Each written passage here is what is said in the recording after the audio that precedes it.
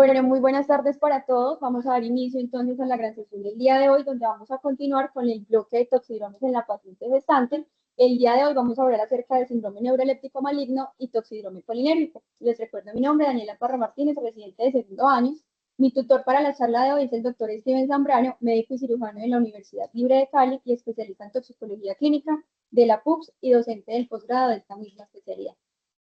Este es el contenido que vamos a manejar a lo largo de la exposición. Primero vamos a dar una breve introducción recordando el concepto de toxidrome y la importancia en la paciente embarazada. Vamos a hablar brevemente acerca de la epidemiología, retomar algo de los cambios fisiológicos en el embarazo de forma resumida porque ya lo hemos nombrado en las dos charlas anteriores. Vamos a hablar del toxidrome colinérgico, el síndrome neuroléptico maligno.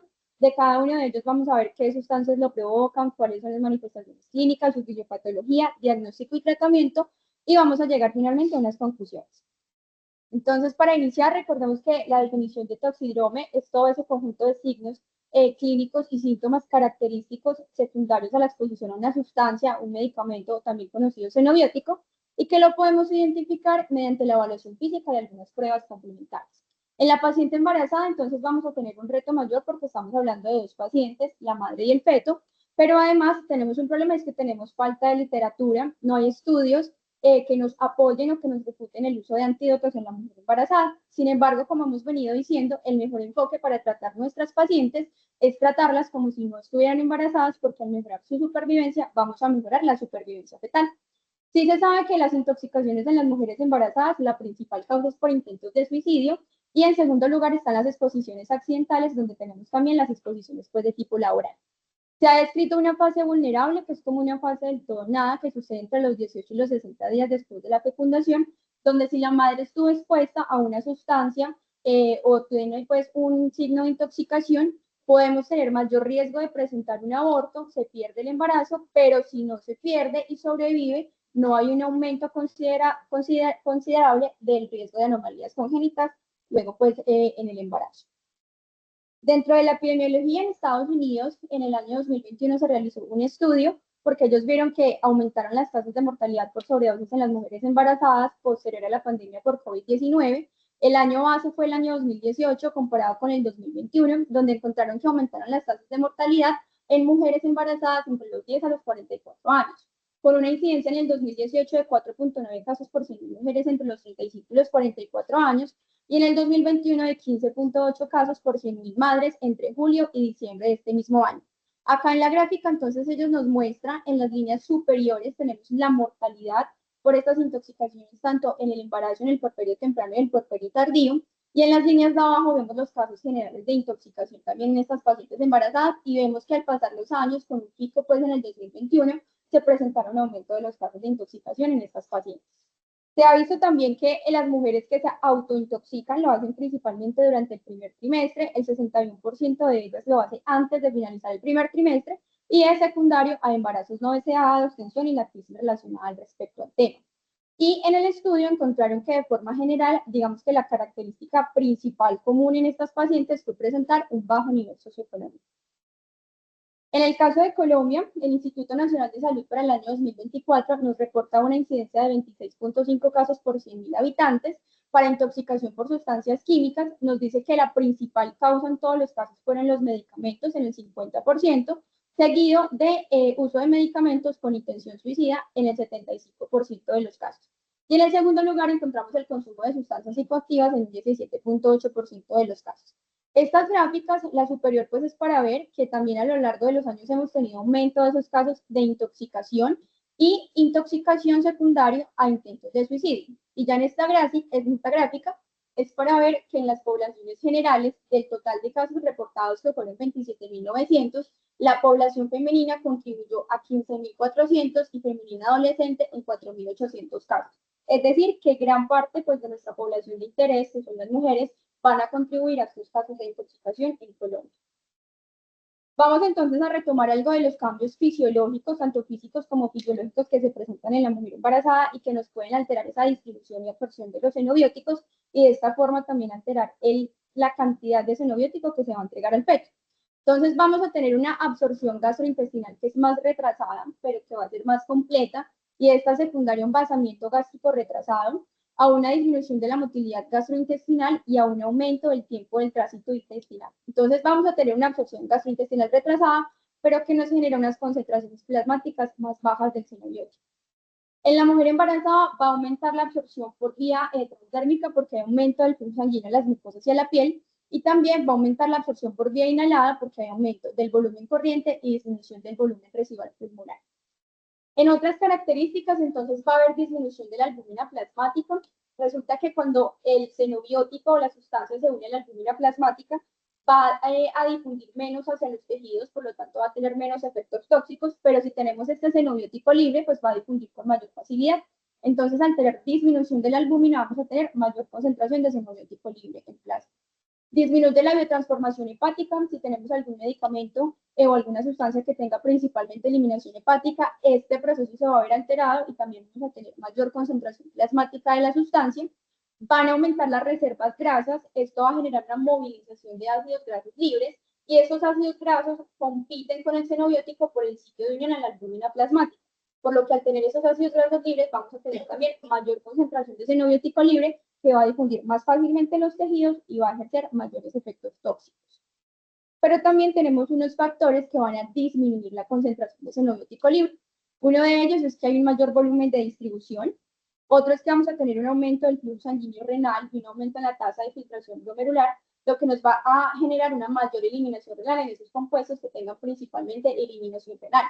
Sin embargo, si la paciente está muy hipotensa, tiene una insuficiencia renal aguda, tiene una disminución de la tasa de filtración glomerular, este proceso se va a ver alterado. Y también hay que tener en cuenta que, así como vamos a tener una mayor eliminación renal del xenobiótico, si administramos antídotos que tienen eliminación renal, estos también se van a eliminar con mayor rapidez y pueden requerir unas dosis más frecuentes. Vamos a tener un aumento del gasto cardíaco a lo largo del embarazo. Gran parte de este se va a entregar a la placenta, por lo que la entrega de xenobióticos en la placenta también va a aumentar. Por lo tanto, también debemos recordar cómo se da este paso de la difusión de los xenobióticos hacia el feto. Entonces, la placenta en este caso va a funcionar como cualquier membrana fosfolipídica en el cuerpo, donde estos xenobióticos pues, van a ingresar a la circulación fetal por difusión pasiva, siguiendo un gradiente de concentración a través de las membranas placentarias. Pero vamos a tener unas características que van a facilitar esa difusión. Entonces, primero el bajo peso molecular. Si tenemos un peso menor a 1000 daltons, vamos a tener una mayor difusión. La mayoría de medicamentos tienen un peso de los 250 a los 400 daltons, por lo que vamos a tener una difusión más fácil.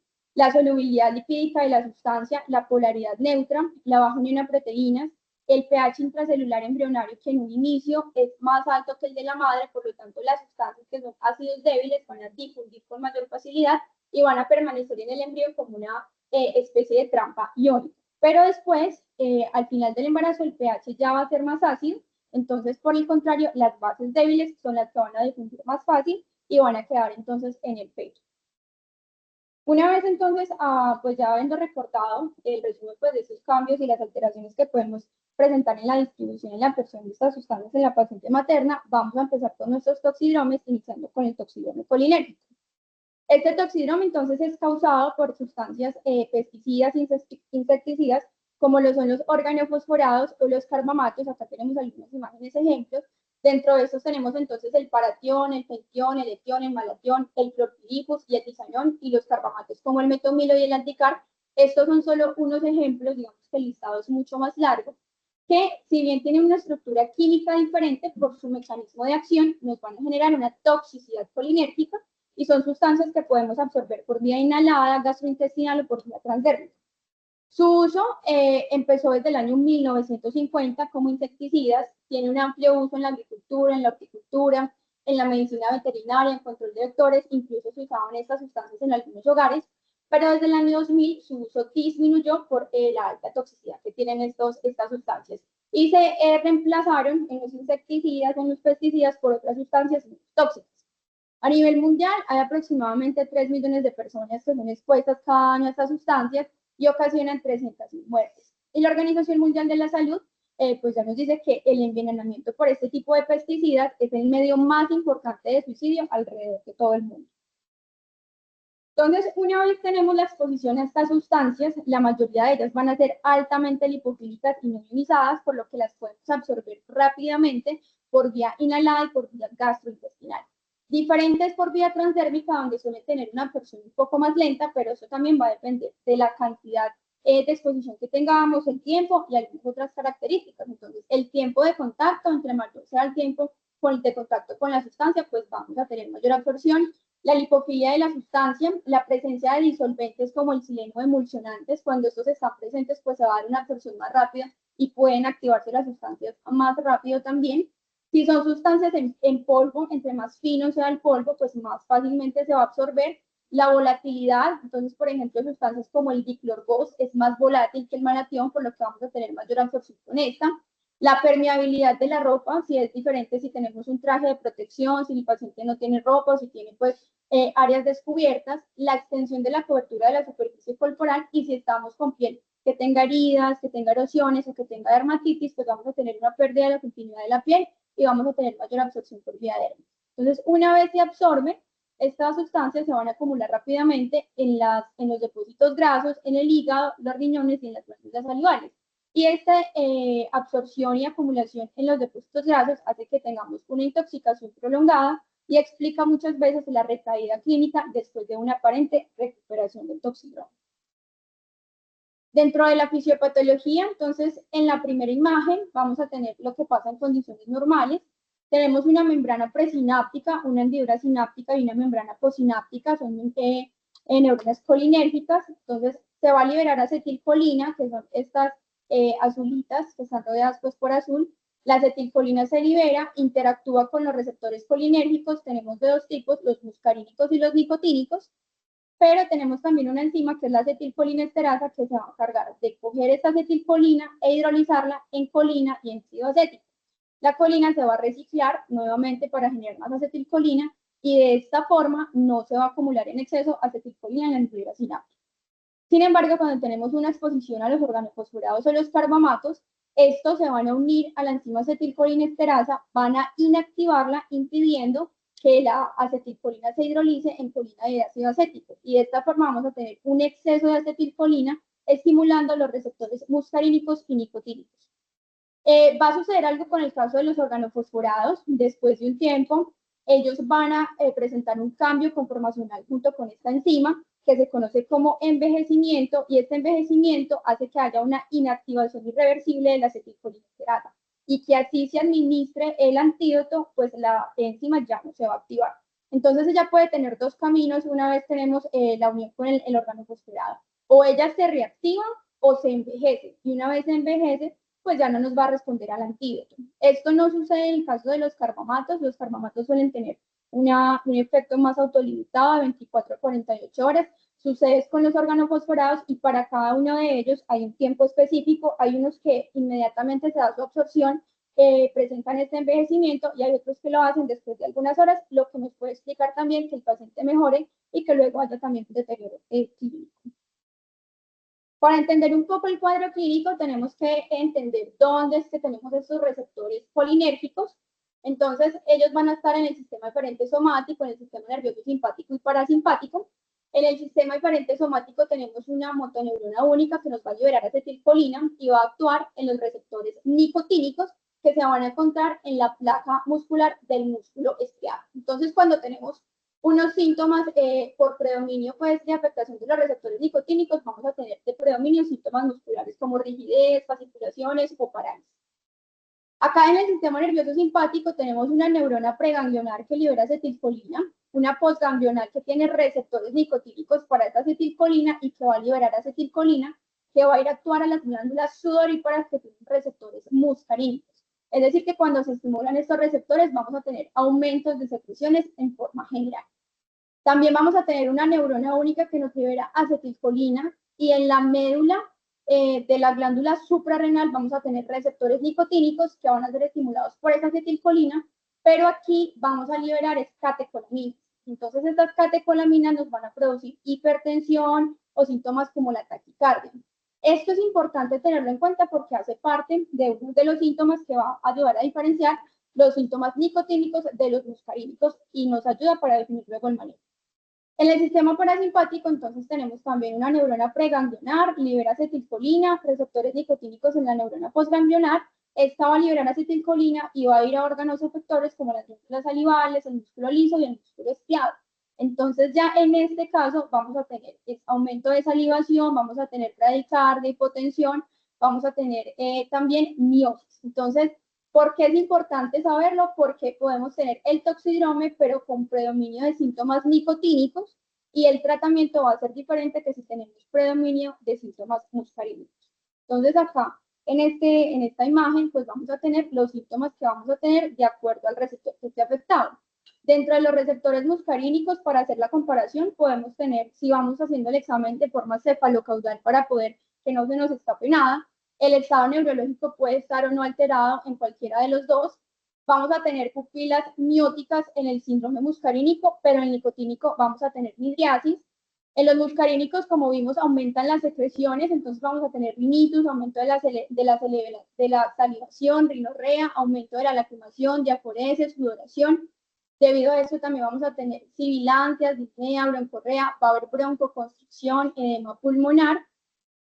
En la parte cardiovascular, en el muscarínico, vamos a tener bradicardia, hipotensión, pero debido a la producción de catecolaminas, en el síndrome nicotínico vamos a tener taquicardia e hipertensión, que es otro de los grandes que nos va a ayudar a diferenciar un nicotínico y un muscarínico. Vamos a tener en el muscarínico también síntomas gastrointestinales, ruidos intestinales aumentados, náuseas, vómito, diarrea, incontinencia urinar e incontinencia fecal. Y en los nicotínicos, como estos están en el músculo estriado, pues vamos a tener todas esas manifestaciones neuromusculares, fasciculaciones, temblor, parálisis, debilidad, que pueden ser progresivas, pueden afectar párpados, lengua, pantorrillas, o pueden progresar y afectar también el diafragma. Y podemos tener también hiperglicemia. Estos síntomas, cuando estamos frente a una exposición masiva, pueden aparecer desde los primeros minutos, pero si estamos frente a una exposición, por ejemplo, dérmica, que como ya el nombre es una porción un poco más lenta, pueden aparecer hasta después de algunas horas.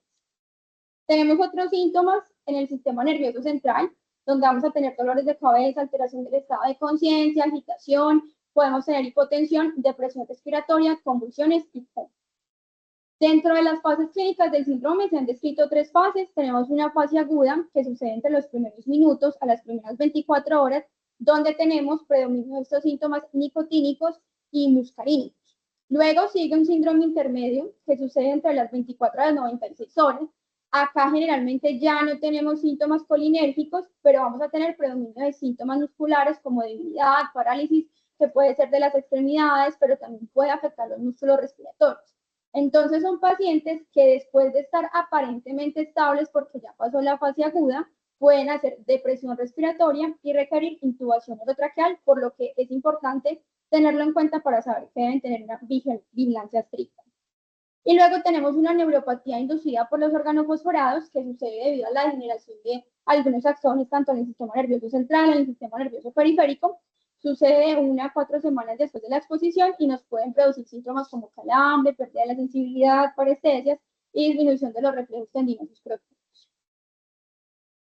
Ya entonces, para el enfoque del diagnóstico en estos pacientes, importante, como hemos visto en todas las charlas, la historia del paciente, preguntar, o sea, si tenemos la historia conocida del consumo de este tipo de sustancias, si trajeron como tal la sustancia con la cual el paciente se intoxicó. Si no, nos podemos guiar también por el olor. Esto tiene un olor característico, un aliento o un olor en la ropa o en la piel. Mirar la presentación clínica, hacer el examen físico completo, cefalocaudal, mirar todos los signos vitales del paciente, saber bien diferenciar cuando estamos frente a un síndrome muscarínico y no nicotínico. Y dentro de las pruebas de laboratorio, no hay ninguna que sea pues como específica, podemos medir los niveles de la enzima-acetilcolinesterasa de los glóbulos rojos, que es esta que vamos a encontrar como tal en la hendidura sináptica, o también la que podemos encontrar en el plasma, que es la butirilcolinesterasa. Las concentraciones de ambas van a estar bajas, pero son pues exámenes que no se tienen disponibles siempre. Si dentro de los otros exámenes, pues podemos encontrar una creatina fosfoquinosa alta, leucocitosis, acidosis metabólica, una presión arterial de oxígeno baja, pero como les digo, pues no son hallazgos específicos del toxidrome como tal. Si tenemos la duda, pues se debe consultar siempre al toxicólogo, llamar a la línea toxicológica, a ver cuál es la conducta pues a seguir, y si tenemos la sustancia como tal, preguntar por esto. Hay algo que se ha escrito que es la prueba de función a la provocación con atropina, es si tenemos dos de diagnóstico, donde se administra 1 miligramo de atropina intravenosa y se va a confirmar el diagnóstico que a pesar de la administración de atropina, el paciente no presenta síntomas, signos anticolinérgicos. Dentro del tratamiento, entonces, pues para definir en dónde el paciente requiere vigilancia, debemos mirar cuáles son las severidades de los síntomas. Tenemos un cuadrito que nos clasifica esta severidad en varios grados, del 0 al grado 4, y cuando tenemos un grado mayor o igual a 2, pues es un paciente que requiere vigilancia en una unidad de cuidados intensivos. En el grado 0, entonces, tenemos un paciente que tenemos una historia que pareciera haber presentado intoxicación con este tipo de sustancias, pero que todavía no tiene manifestaciones clínicas.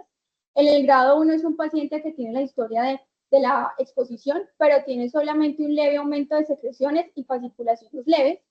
En el grado 2 ya tenemos un paciente que tiene síntomas más severos, tiene broncorrea severa, fasciculaciones, vamos a tener crépitos a la auscultación y está hipotenso con una presión arterial sistólica menor a 90 milímetros de mercurio. En el grado 3 son síntomas severos, ya requiere el paciente oxígeno suplementario, pero no requiere ventilación mecánica invasiva. Y en el grado 4 ya es un paciente que requiere ventilación mecánica invasiva y que además podemos tener edema pulmonar en la radiografía. Entonces, son pacientes que requieren sí o sí manejo en una unidad de cuidados intensivos. Entonces, debido a esto, vemos que el estado ventilatorio pues, es muy importante para evaluar la severidad del paciente. Tenemos que mirar si el paciente tiene síntomas de secreciones bronquiales aumentadas. Si estamos frente a una hipoxemia, pues debemos administrar de forma rápida atropina y oxígeno suplementario. Si con estas medidas no hay mejoría, pues el paciente debe ser llevado a una intubación endotraqueal temprana. Y recordar monitorizar de rutina y por varios días todos los signos vitales del paciente, electrocardiograma, gases arteriales. Ya vemos que después de que aparentemente mejoran, pueden tener después nuevamente recaídas. Respecto a la descontaminación, se debe hacer pues cuando el paciente llega y durante se está haciendo pues la evaluación, tenemos que descontaminar completamente la piel, retirar toda la ropa, lavar con abundante agua y jabón, teniendo la precaución de que la persona que realice esta descontaminación no se vaya también pues a intoxicar o vaya a tener contacto con este tipo de sustancias. El lavado gástrico en este caso realmente no tiene un papel de rutina, no se recomienda. Vamos a tener un aumento del riesgo de broncoaspiración, pero también hay algunas de estas sustancias que pueden tener en sus preparaciones hidrocarburos, por lo cual puede ser más peligroso realizar un lavado gástrico. Y el carbón activado, pues está sujeto pues a la decisión del médico que lo atienda. En caso pues de que se vaya a hacer, se debe hacer 1 hora posterior a la ingestión a una dosis de 1 gramo por kilogramo, una dosis máxima de 50 gramos. Dentro de los medicamentos, entonces tenemos dos medicamentos claves. Uno de ellos es la atropina, pero es importante tener conocimiento de las manifestaciones clínicas y de predominio, pues estamos frente a manifestaciones de tipo nicotínico o muscarínico, porque de eso va a depender el antídoto que vamos a administrar. Entonces, la atropina lo que va a hacer es antagonizar los efectos de la acetilcolina que está acumulado en los receptores muscarínicos. Entonces, lo vamos a administrar cuando tengamos predominio de estos síntomas como broncorrea, broncoespasmo, dificultad respiratoria, cianosis, y en la parte cardiovascular, hipotensión y bradicardia marcada. La dosis va a depender de la severidad del cuadro. Cuando estamos frente a cuadros leves, podemos administrar una dosis de 1 miligramo intravenoso, intramuscular, intravenoso, dependiendo pues, del acceso que tenga el paciente. Y en casos ya más severos, se administran dosis de 2 a 5 miligramos y se debe repetir y duplicar la dosis cada 3 a 5 minutos hasta que los síntomas mejoren. Entonces, si esta es la indicación de iniciar la atropina, pues vamos a mejorar cuando tengamos mejoría de todos estos síntomas, eliminando las secreciones respiratorias, teniendo una presión arterial por encima de los 90 milímetros de mercurio la sistólica, una frecuencia cardíaca mayor a 80 latidos por minuto y un cese de la broncoconstricción. En el caso de los síntomas y predominio de los síntomas nicotínicos, vamos a usar la pralidoxima, que lo que va a hacer es reactivar la acetilcolinesterasa, que está inhibida por esos organofosforados, pero ella no va a tener casi efectos en los receptores parasimpáticos muscarínicos y nos va a mejorar esa transmisión neuromuscular, mejorando los síntomas de rigidez, contracciones o parálisis. Se administra una dosis de 30 miligramos por kilogramo intravenoso y se puede dejar una infusión de 8 a 10 miligramos por kilo hora. Importante aquí no administrar sin atropina porque igual podemos empeorar los síntomas secundarios a la inhibición transitoria de la acetilcolinesterasa que es inducida por este tipo de medicamentos que son las oxinas. Tenemos el uso de benzodiazepinas. Estas, pues dentro de estas tenemos el diazepam y midazolam. Nos van a ayudar a mejorar los síntomas que tenemos de parálisis o rigidez neuromuscular. Se administra dosis de 10 miligramos intravenoso. Nos ayuda también a tratar las convulsiones en caso de que el paciente haya debutado con estas. Y en general se ha visto que cuando se administra en conjunto con la pralidoxima y la atropina, nos va a disminuir también la mortalidad. Y por último tenemos la hemoperfusión, que es una técnica de depuración extracorpórea. Se deja ya pues como en última instancia cuando el paciente tiene síntomas de intoxicación severo, no mejora con el medicamento farmacológico o cuando tenemos una exposición masiva a sustancias que son altamente lipofílicas. En este caso entonces se coge la sangre del paciente, se va a pasar por una especie de cartucho que va a contener una resina o que va a tener carbón activado para absorber la sustancia al ser altamente lipofílica. Y hay que tener en cuenta algunos efectos pues, adversos que podemos tener en esta técnica, como trombocitopenia, hipocalcemia, hipotensión, o se puede generar tumores. Entonces, en términos generales, cuando tenemos síntomas que son refractarios al manejo farmacológico, debemos pues, llevar al paciente a una hemoperfusión. Eso con respecto al toxidrome colinérgico. Vamos entonces a pasar ahorita con el síndrome neuroléptico maligno. Este síndrome pues es una complicación que realmente es poco frecuente, pero que suele ser pues muy fatal de la terapia con los medicamentos antipsicóticos. Fue descrito por primera vez en el año 1960, donde se vio que secundaria a la administración del haloperidol había rigidez y desarrollo también de fiebre. Ya en el año 1968 recibió el nombre de síndrome extrapiramidal inducido por medicamentos. Sin embargo, hasta el día de hoy, síndrome neuroléptico maligno es el concepto que se refiere, porque pues si bien hay otros medicamentos que por su mecanismo de acción nos pueden producir también el síndrome, este es el concepto pues que se sigue usando hasta el momento. Vamos a tener 4 características principales clínicas en este síndrome, que es hipertermia, síntomas disautonómicos, alteración del estado de conciencia y rigidez muscular. Tenemos una amplia lista de medicamentos que nos pueden producir este síndrome neuroléptico. Tenemos agentes antipsicóticos típicos, como lo pueden ser el haloperidol y la clorpromazina. Tenemos agentes atípicos como la clozapina, la quetiapina, la risperidona, la olanzapina.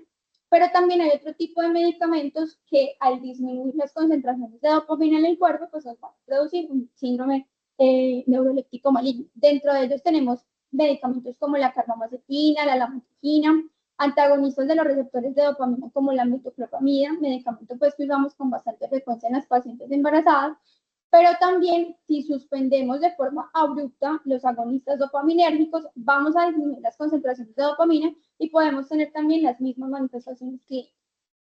Este síndrome ocurre en todos los grupos de edad, principalmente entre los 20 y los 50 años, y se ha presentado el doble de veces en hombres comparado con mujeres, pero es porque hay una mayor prescripción de este tipo de medicamentos en los hombres. Hay unos factores de riesgo asociados al desarrollo del síndrome neuroléptico. Uno es el inicio rápido de la terapia antipsicótica, el segundo es el uso de agentes de alta potencia o preparaciones de depósito, como por ejemplo el haloperidol, la deshidratación, la agitación severa o necesidad de medidas de sujeción de aislamiento. Importante tener estas en cuenta porque al ser un factor de riesgo, pues en el manejo tenemos que corregir esto rápidamente para tratar al paciente. Si el paciente tiene antecedentes de enfermedad cerebral orgánica preexistente, retardo mental, si ha tenido tratamiento previo con terapia electroconvulsiva, antecedentes ya de tener un síndrome neuroléptico, o si se usan otros medicamentos que me pueden potenciar los síntomas, como los antiparkinsonianos, los anticolinérgicos o el litio. Este síndrome no está para nada relacionado con la dosis, no quiere decir que el paciente tenga una intoxicación, puede presentarse el caso, pero la mayoría de ellos ocurren cuando el paciente está tomando el medicamento a dosis terapéuticas. Entonces, no importa que tengamos una dosis terapéutica, en cualquier momento el paciente puede presentar este síndrome, sobre todo en las primeras 2 semanas después del inicio del medicamento, después de que se hace el ajuste o después de que se cambió de un antipsicótico a otro. Dentro de la fisiopatología, entonces tenemos ya unas vías dopaminérgicas en el sistema nervioso central y estos medicamentos lo que hacen es disminuir la concentración de dopamina y por lo tanto afectar cada una de estas vías. Dentro de la vía toro-infundibular, cuando esta se ve afectada, vamos a tener una alteración en la termorregulación del cuerpo. En la vía nigrostriada vamos a tener entonces desarrollo de rigidez muscular, parkinsonismo, temblor y disfunción autonómica. Aquí la rigidez muscular va a contribuir a ese desarrollo de hipertermia porque al presentar rigidez aumenta la temperatura del cuerpo, pero como tenemos una alteración en la termorregulación, este calor no se va a disipar y se va a generar la hipertermia. Y si tenemos alteración en la vía mesolímbica y mesocortical, vamos a tener alteración del estado mental. Esta hipoactividad entonces dopaminérgica en el sistema nervioso central como base en la fisiopatología de este síndrome se ha visto pues apoyada por varias teorías. El primero es que el uso de los antipsicóticos, pues estos tienen la capacidad de unirse y antagonizar los receptores de dopamina, disminuyendo así sus concentraciones y alterando las vías dopaminérgicas. El segundo es que otro tipo de medicamentos que también antagonizan estos receptores, como la metoclopramida, o los que disminuyan en general las concentraciones de dopamina, van a producir también el síndrome. La interrupción abrupta de algunos agonistas dopaminérgicos, como los antiparkinsonianos, nos van a producir manifestaciones similares. Y el tratamiento con agonistas de dopamina, como la bromocriptina, nos van a ayudar a tratar y mejorar estos signos y síntomas. Y si lo suspendemos también de forma temprana en el manejo, pues vamos a nuevamente tener reaparición de la clínica de estos pacientes. Y el último es que en algunos pacientes donde se realiza punción lumbar, se analiza el líquido cefalorraquídeo, se ha visto una disminución significativa del metabolito de la dopamina, que es el ácido homovanílico, en este tipo de pacientes. Entonces, todas estas teorías apoyan que la fisiopatología base de este síndrome sea la hipoactividad dopaminérgica en el sistema nervioso central. Hay unos factores relacionados. Los niveles bajos de hierro generalmente ayudan a la expresión de estos receptores de dopamina. Entonces, al tener niveles bajos, vamos a tener una disminución de la expresión de estos receptores, factor que pues nos corresponde tener en cuenta por el alto riesgo que tienen las pacientes de tener también bajos niveles de hierro, nuestras pacientes embarazadas. Hay otro tipo de sustancias neuroquímicas que se alteran también durante este síndrome y que nos aumentan estos signos y estos síntomas, principalmente porque la dopamina va a antagonizar las neuronas excitatorias, va a antagonizar los efectos del glutamato, pero al tener bajas concentraciones de dopamina y no contrarrestar los efectos del glutamato, va a haber un exceso de neurotransmisión y se va a dar la rigidez muscular. Dentro del cuadro clínico, entonces, pues importante tener en cuenta que una vez inicie, tiene un pico máximo aproximadamente a las 72 horas de su inicio. Vamos a tener entonces fiebre, una temperatura mayor a 38 grados en el 79 al 100% de los pacientes, es decir, esta es la temperatura que vamos a tener en la mayoría de los pacientes, pero un 40% pueden tener temperaturas mayores a 40 grados. Entre más alta tengamos la temperatura, pues mayor severidad va a tener el cuadro del paciente. Rigidez muscular sucede hasta en el 97% de los pacientes, es parkinsoniana o descrita en tubería de plomo, es decir, que es una rigidez muy marcada en la extremidad y que no va a ceder ante la movilización pasiva y no responde generalmente al tratamiento anticolinérgico. Alteración del estado de conciencia se presenta en el 97% de los pacientes, es variable, puede haber una leve somnolencia, agitación, delirio, pero podemos tener también estupor o coma. Y los síntomas disautonómicos que se presentan en la totalidad de los pacientes, donde vamos a tener fiebre, variaciones de la presión arterial, taquicardia, taquipnea, palidez, diaforesis, incontinencia urinaria o hidrocefalia cardíaca. Acá tener en cuenta que la alteración del estado de conciencia y la rigidez muscular son los síntomas iniciales que va a tener este paciente, por lo que relacionado con la historia clínica y el desarrollo de estos síntomas, pues tenemos que tratar de dar un tratamiento rápido antes de que avance a presentar la hipertermia o los otros síntomas disautonómicos y que se agrave el estado del paciente.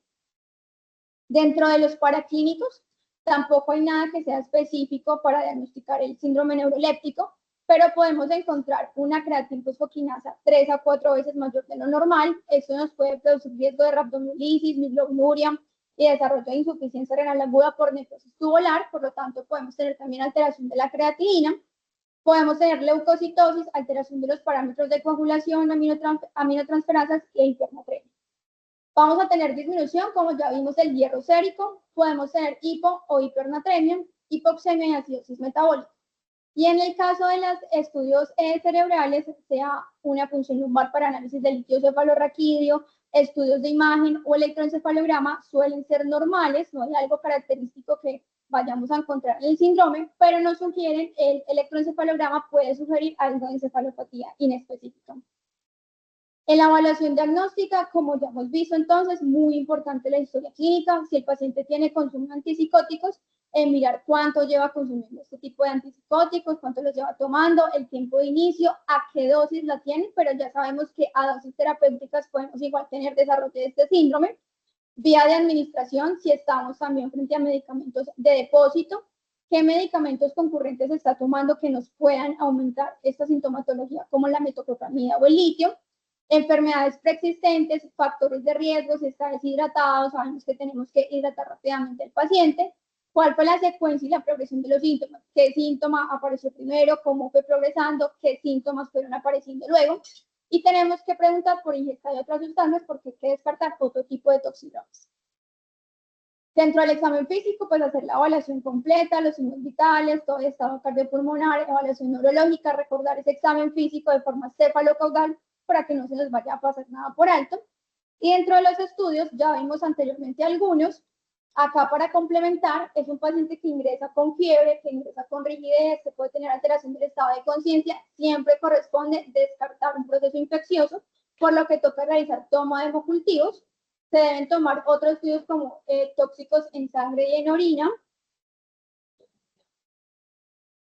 Y se debe tomar electrocardiograma, radiografía de tórax, uroanálisis y en todas las mujeres en edad fértil tomar una prueba de embarazo.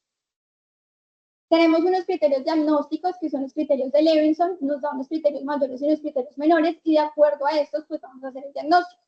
Dentro de los mayores tenemos la fiebre, la rigidez muscular y la elevación de la creatinfosfoquinasa. Y dentro de los menores tenemos taquicardia, diaforesis, alteración del estado mental, taquipnea, anormalidades en la tensión arterial y leucocitosis. Podemos hacer el diagnóstico si tenemos 3 criterios mayores o si tenemos 2 criterios mayores más 4 criterios menores. Una vez entonces hacemos el diagnóstico del paciente, vamos a pasar a la parte del tratamiento. Es importante aquí tener en cuenta toda la prevención, tratar de identificar y modificar de forma rápida los factores de riesgo, como la deshidratación, y hay que retirar, suspender inmediatamente los neurolépticos y todos los medicamentos que nos pueden potenciar este tipo de síntomas. Entonces, vamos a evaluar la ventilación y la oxigenación del paciente. Si tenemos un paciente que tiene síntomas muy severos, que tiene mucha rigidez muscular, que tiene una hipertermia por encima de los 41 o 42 grados, son pacientes que requieren intubación orotraqueal profiláctica antes de presentar mayor deterioro. Tenemos que dar una adecuada hidratación, lograr un volumen de orina de 50 a 100 mililitros por hora para evitar una insuficiencia renal aguda. Reducción de la temperatura que se puede hacer con antipiréticos, con mantas frescas, líquidos frescos o pilas de hielo debajo de las axilas. Hay que garantizar un soporte nutricional, administrar heparina en dosis bajas para evitar los eventos tromboembólicos y tratar y evitar complicaciones metabólicas, renales y cardiopulmonares. Respecto al tratamiento gastrointestinal, en estos pacientes pues no se encuentra indicado, sino pues si tenemos la seguridad del diagnóstico del síndrome neuroléptico, porque como ya hemos venido diciendo, pues sucede a dosis terapéuticas. Entonces, pues no está indicado realizar ni lavado gástrico ni manejo con carbón activado. Ya dentro del tratamiento, entonces tenemos un listado de medicamentos, tenemos el dantroleno, que lo vamos a dejar casi que para casos muy severos. Tenemos el uso de parálisis neuromuscular no despolarizante o benzodiazepinas, que lo vamos a usar cuando requiramos pues mejoría rápida de los síntomas. Tenemos los agonistas dopaminérgicos y hay otros tipos de tratamiento como la terapia electroconvulsiva, que realmente pues se usaba antes para cuando ya teníamos resistencia al manejo farmacológico, pero pues está relacionado con muerte, arritmias, entonces pues no se recomienda. Entonces, iniciando con el dantroleno, este lo vamos a usar cuando tenemos síntomas severos, inhibe la liberación del calcio ionizado en el retículo sarcoplásmico, inhibiendo la acoplación y de esta forma la contracción muscular, por lo que nos va a ayudar a relajar el músculo y nos va a mejorar los síntomas de rigidez. Si recuerdan en la parte de la fisiopatología, esta rigidez muscular va a contribuir en gran parte a la hipertermia, por lo que al mejorar la rigidez vamos a mejorar también la hipertermia del paciente. Se va a administrar a dosis de 1 a 2.5 miligramos por kilogramo cada 6 horas, una dosis máxima de 10 miligramos, dosis mayores se han relacionado con el desarrollo de convulsiones. Se debe continuar el medicamento hasta que los síntomas resuelvan, se debe dejar más o menos por 5 a 10 días de terapia, pero no podemos suspenderlo de forma abrupta. Hay que ir haciendo una reducción gradual de la dosis durante 3 a 10 días, porque como ya vimos, si estos medicamentos se suspenden de forma abrupta, vamos a volver a tener aparición de los síntomas. Tener en cuenta los efectos adversos que puede tener el dantroleno, como debilidad muscular, letargo, náuseas, vómito, diarrea e incontinencia urinaria. Tenemos otros medicamentos como los agonistas dopaminérgicos. Tenemos la bromocriptina, que lo que va a hacer entonces es agonizar esos receptores de dopamina. Lo podemos usar a dosis de 2.5 a 10 miligramos cada 6 a 8 horas. Y al igual que el anterior, se deja hasta que los síntomas mejoren, se debe dejar unos días posterior y se debe hacer la reducción gradual. En el caso de la amantadina, esta nos va a mejorar la liberación presináptica de dopamina, pero también va a antagonizar los receptores de N-metildiaspartato, que son los receptores mediante los cuales actúa al glutamato, que es el neurotransmisor excitatorio, por lo que nos va a ayudar a disminuir también esa sintomatología y esa rigidez muscular. Se usa dosis de 100 a 200 miligramos administrado 2 veces al día. Tenemos también el uso de benzodiazepinas. Este realmente se hace en manejo conjunto con el anterior y se puede hacer cuando necesitamos una acción pues rápida para mejorar los síntomas. Estos lo que van a hacer es agonizar los receptores GABA y esos GABA también van a contrarrestar esa neurotransmisión glutamérgica, por lo que va a haber disminución de la agitación psicomotora, rigidez muscular y va a detener de esta forma la progresión a un síndrome hipertérmico fulminante. Podemos usar diazepam a dosis de 0.1 a 0.2 miligramos por kilogramo o lorazepam a dosis de 0.5 a 0.2 miligramos por kilogramo. Entonces, podemos tener diferentes complicaciones en estos pacientes, como la rabdomiolisis, el desarrollo de una insuficiencia renal aguda, neumonías o hipoxemia severa, coagulación intravascular diseminada o llegar pues hasta una parada cardiocirculatoria. Estas complicaciones generalmente son secundarias a síntomas como la rigidez muscular y la hipertermia, por lo que al recuperar de forma rápida estos síntomas, al revertirlos, pues podemos evitar la progresión de estas complicaciones, que son los que van a llevar principalmente a la muerte del paciente. ¿Qué medicamentos podemos usar así que nos vayan a actuar de forma rápida? La parálisis neuromuscular no despolarizante, medicamentos como el pancuronio y el rocuronio, porque medicamentos como la succinilcolina son metabolizadas también por la acetilcolinesterasa plasmática, que es la butilcolinesterasa, entonces no se pueden administrar en estos casos. Y las benzodiazepinas, como ya vimos, medicamentos como el diazepam, nos van a ayudar a disminuir la rigidez muscular y a mejorar los síntomas de forma rápida, evitando el desarrollo de estas complicaciones. Esto es un cuadro que nos resume los síntomas y nos los clasifica en leves, moderados a severos, y de esta forma podemos saber qué tipo de medicamentos o manejo vamos a dar en el paciente. Entonces tenemos síntomas leves cuando tenemos temperatura menor a 38.5 grados, cuando tenemos una rigidez que todavía no es limitante, no es dolorosa, tenemos una alteración del estado mental pero leve, la CPK está elevada pero menor a 1000 unidades por litro, y tenemos una función autonómica estable. En este caso, el paciente no requiere vigilancia en una unidad de cuidados intensivos y el manejo acá será con benzodiazepinas. Si tenemos síntomas moderados, con aumento de temperatura entre 38.5 y 40 grados, la rigidez es más marcada, nos presenta dolor, cierta limitación, hay mayor alteración del estado de conciencia, la CPK está elevada entre 1000 a 5000 unidades y ya hay síntomas de disautonomía presente, el paciente requiere ya vigilancia en una unidad de cuidados intensivos y acá a las benzodiazepinas vamos a agregarle los agonistas dopaminérgicos como la bromocriptina o la amantadina. Y tenemos en los síntomas severos, en donde vamos a tener fiebre elevada, mayor a 40 grados, rigidez extrema en tubería de plomo, como expliqué inicialmente, alteración del estado mental severo, una CPK por encima de 5000 y síntomas de disautonomía severo. Estos pacientes requieren sí o sí manejo en una unidad de cuidados intensivos, requieren manejo con ventilación mecánica invasiva, y acá ya vamos a agregar el manejo con dantroleno, que va a ser para manejar los síntomas más severos. Ya entonces, para concluir, recordar que la identificación de estos toxidromes siempre se debe hacer basado principalmente en la historia clínica, en los síntomas, los signos y el examen físico de los pacientes. Se debe considerar el diagnóstico del síndrome neuroléptico en todos los pacientes que tomen estos medicamentos y que desarrollen fiebre, rigidez muscular y tengan síntomas disautonómicos. Se debe suspender de forma inmediata el neuroléptico cuando ingresen y debemos hacer reducción rápida de la rigidez muscular y la fiebre para minimizar la progresión a complicaciones y mejorar la supervivencia del paciente. En el caso del toxidrome colinérgico, tenemos que saber qué tipo de insecticida, idealmente organofosforado o carbamato es, porque algunos van a tener retraso en el inicio de los síntomas, algunos van a generar síntomas más rápidos y poder saber la exposición porque vía fue, tenemos que realizar una adecuada descontaminación y acá en este síntoma, pues en este detoxidrome es importante pues llevarnos la idea de que los síntomas muscarínicos de forma general nos van a aumentar secreciones, nos van a producir broncoconstricción, pupilas mióticas, bradicardia e hipotensión y se van a tratar en este caso con atropina y que los nicotínicos van a producir fasciculaciones, pupilas midriáticas, hipertensión, taquicardia y se tratan con prenoxidil. Y pues recordar que lamentablemente tenemos una evidencia muy limitada en el caso de las pacientes embarazadas, por lo que no hay estudios pues, de fuerza mayor que nos indiquen si estos antídotos se pueden usar o no en el embarazo, pero que hasta el momento se sabe que el mejor enfoque para tratar las pacientes embarazadas es tratarlas como si estuvieran embarazadas para de esta forma mejorar la supervivencia materna y así se mejora la supervivencia fetal. Entonces, muchas gracias. Doctor Zambrano, no sé si quiera pronto complementar o aclarar algo antes de pasar a la sección de preguntas. Sí, buenas tardes, ¿me escuchan? Sí, doctor.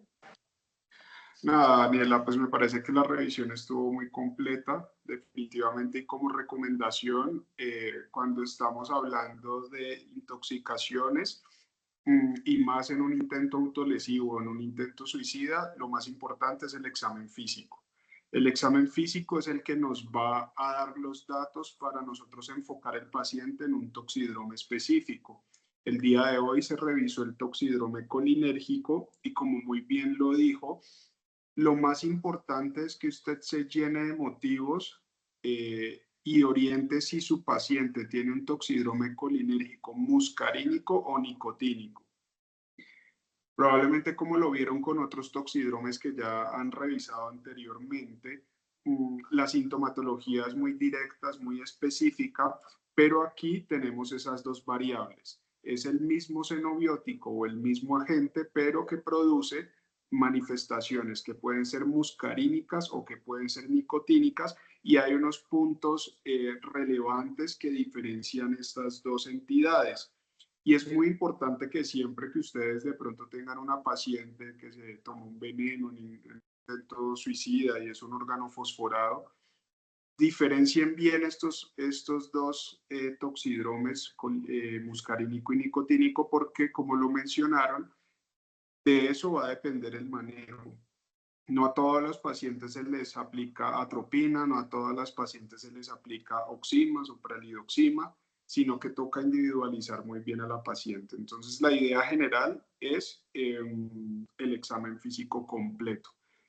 Eso respecto a los organofosforados, si una paciente llega por una ingesta de veneno, entonces miren bien el tiempo de evolución para la decontaminación, las medidas de soporte, la hidratación, evaluar que la paciente no vaya a hacer una falla ventilatoria que la puede hacer, mucha precaución con las ingestas importantes y el riesgo de síndrome intermedio, es decir, una paciente que a los 2 días se puede ver asintomática, pero quizás hay unas manifestaciones neuromusculares muy débiles, muy leves, de debilidad en cintura escapular y que puede evolucionar al 3er día a un síndrome intermedio. Entonces, estos pacientes por lo general dejarlos observados 72 horas o 4 o 5 días, dependiendo de la sintomatología.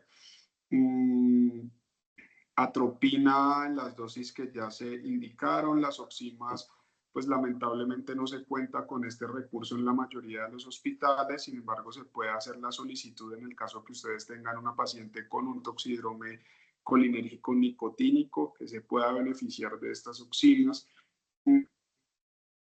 y plantearse una terapia de reemplazo renal, como lo mencionaban, en este caso la hemoperfusión con filtro de carbón activado, si la paciente llega en un tiempo o en un periodo de ventana temprano.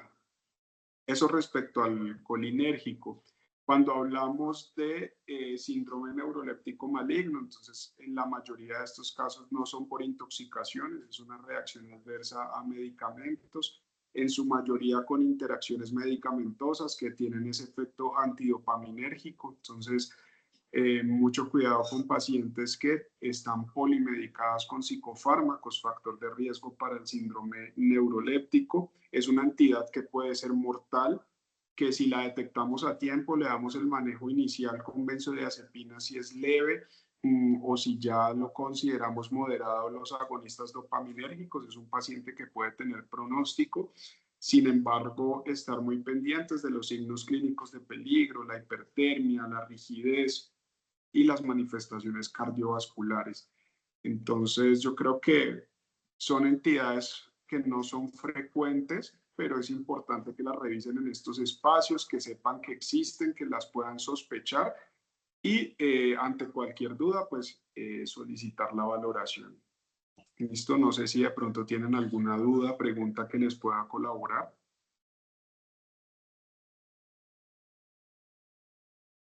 No, doctor, en el auditorio no hay preguntas. No sé si de pronto por el Teams alguien tenga alguna pregunta. Hola, buenas tardes, profesor Zambrano, ¿cómo ha estado? Bien, bien, ¿usted cómo está? Bien, gracias. Muchas gracias por el acompañamiento hoy.